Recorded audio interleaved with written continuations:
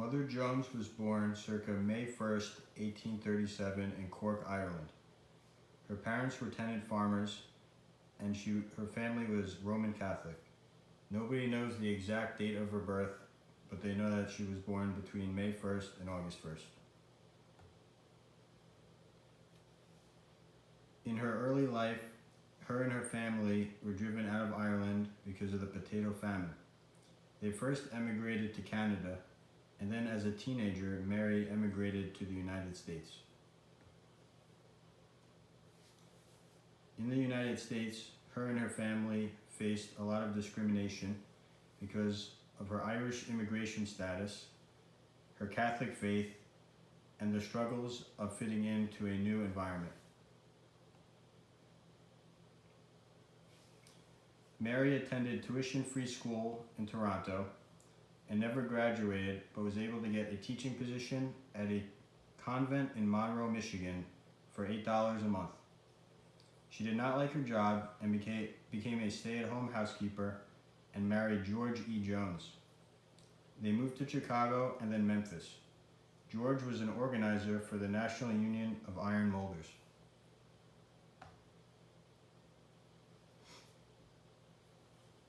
Yellow fever killed George and their 4 children in 1867.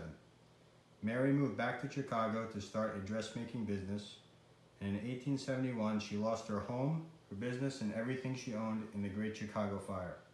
She stayed and helped rebuild her town and eventually joined the Knights of Labor.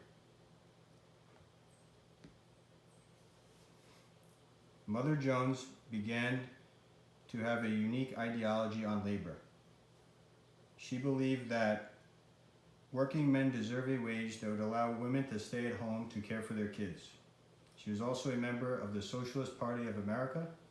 She believed strongly in unionization. She believed that kids needed school and not work. She liked to refer to herself as a hellraiser and that she would like to be the grandmother of all agitators. She believed feminism detracted from the struggle of the working class.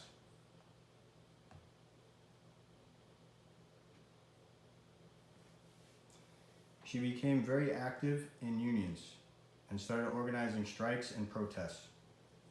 Often violence broke out with police and deaths occurred. Mary also got involved with the United Mine Workers and started to lead protests for them. She started to become known on both sides and was known as the Miner's Angel. She greatly influenced by the events in her life.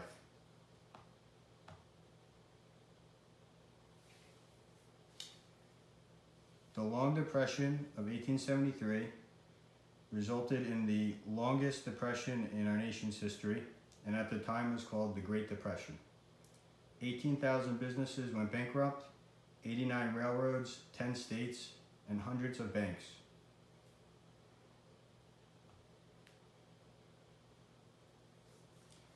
This led to the Great Railroad Strike of 1877.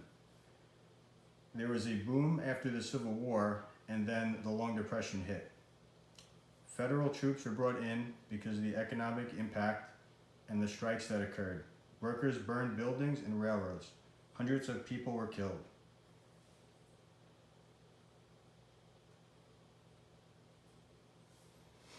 The Haymarket Affair in 1886.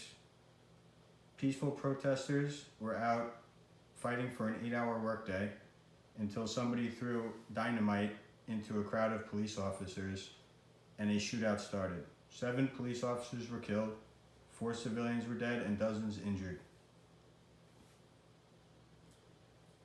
This caused the public to take sides for the labor union and the police. Many of the newspapers started to label the movement as anarchist and socialist, and it started turning people away from the labor unions.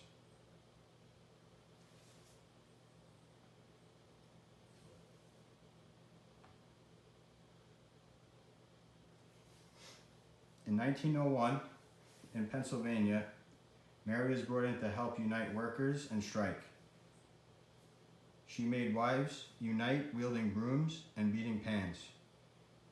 She used the neighboring New Jersey mines as a reference against the mines that she was at. Eventually, they settled with the mill owners who could not afford to pay adult wages to young kids like the New Jersey miners were used to.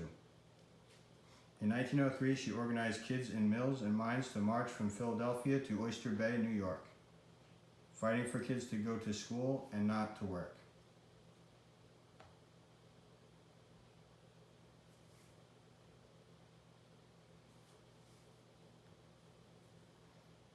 The Paint Creek Cabin Creek strike in 1912 in the West Virginia coal mines lasted over a year with 50 deaths from violence, many more deaths from starvation. Miners wanted equal pay, the same as surrounding mines. Jones arrived and organized 3,000 armed miners and marched to the capital. Martial law was declared and troops deployed. Unfair, speedy trials, confiscated weapons, and the government forbid congregation. Miners still attacked officials and police retaliated. Mother Jones was indicted for starting riots and attempted murder. Eventually, the Hatfield contract was signed, and it gave miners some minor things and moved some arrested out and Jones to the hospital for pneumonia rather than jail.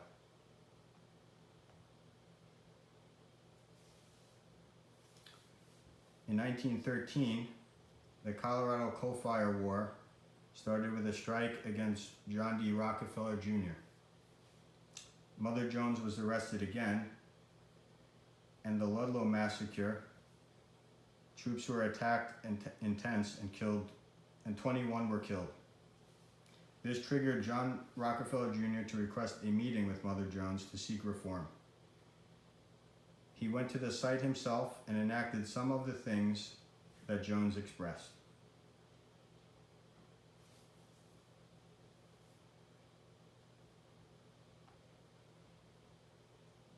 Mother Jones got involved in politics and founded the Social Democrat Party. It was short-lived and was the predecessor to the Socialist Party of America.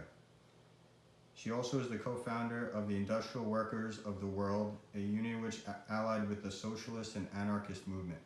They used violence and aggression to promote change. Later in life, Mother Jones lived in Maryland with her friends, and she celebrated her fake 100th birthday. She liked lying about her age, making herself seem older than she was, to aid in her name as Mother Jones.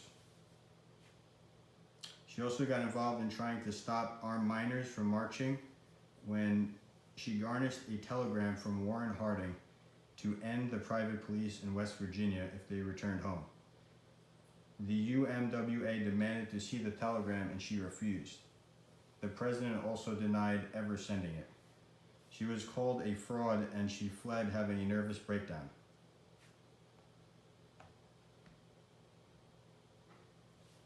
In 1930 in Maryland, Mother Jones died. She was buried with miners who died in the 1898 Battle of Verdun.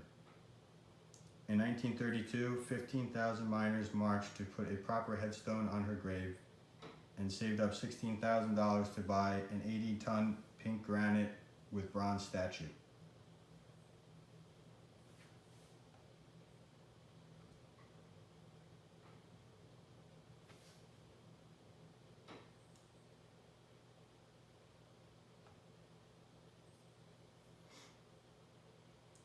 The legacy of Mother Jones is that some of the same tactics that she used back then are used today in strikes. She thought outside of the box and started using tactics that no one thought about. Today there are magazines named after her, schools named after her. She was inducted into the Women's Hall of Fame. The song "She'll Be Coming Around the Mountain" is actually about her. And there's many websites about her, and she still, to this day, inspires many union activists.